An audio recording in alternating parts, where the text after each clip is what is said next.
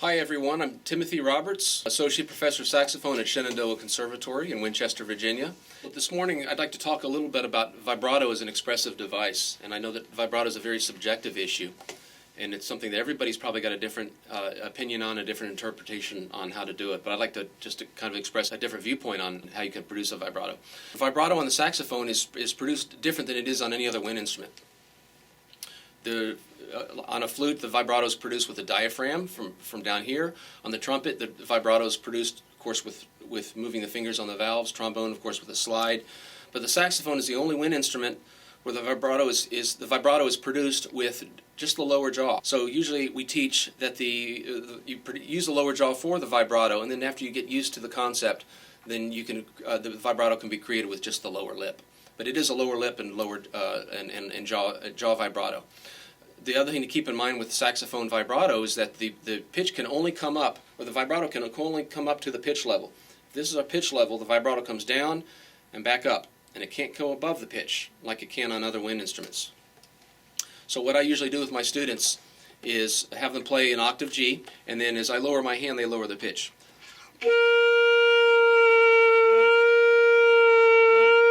And then when you bring your hand up, they'll find that they can't raise the pitch at all. You can't raise the pitch on the saxophone. But you can pinch and bring it up just slightly. But basically, the vibrato starts at one flat line and comes down and comes back up. Now, the next thing that comes up is how fast and how wide do you make the vibrato? Usually for the purposes of an exercise, I put the metronome at 72 and have the student play 4 undulations of the vibrato for each beat. So it leaves you with.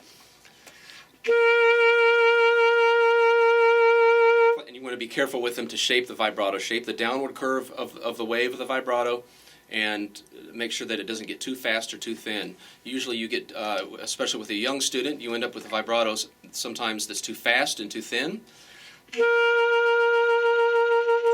or that's too. The waves become too deep and too wide, and it becomes out of control sounding. So the objective is to try to get the even waves, 4 of them at 72, again, just for the purposes of the exercise. Then add it to the G major scale. And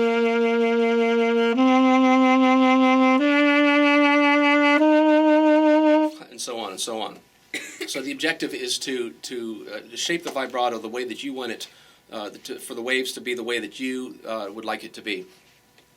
The second part of expressive vibrato is incorporating into the music that you play, and that's the one that takes years and years and years of work to decide how you want to do.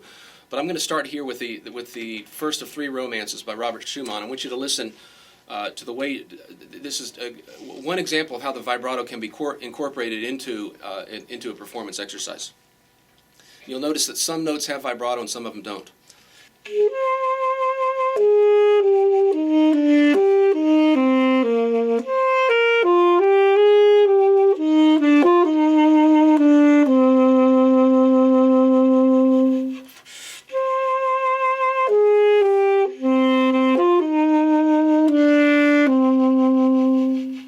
So you notice that the use of the vibrato doesn't always have anything to do with the note, with the length of the note. Some people say, well, you put the vibrato on the longer notes, the half notes, and you wouldn't put the vibrato on the moving eighth notes.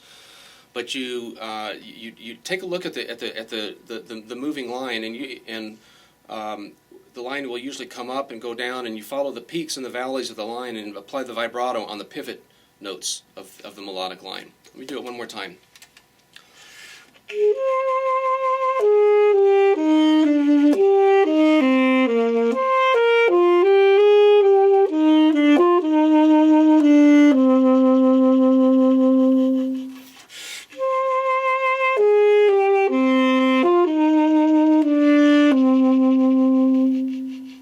Incorporating the vibrato into the musical line is always something that people continuously work on. It's something that takes years and years and years, and most people never master it.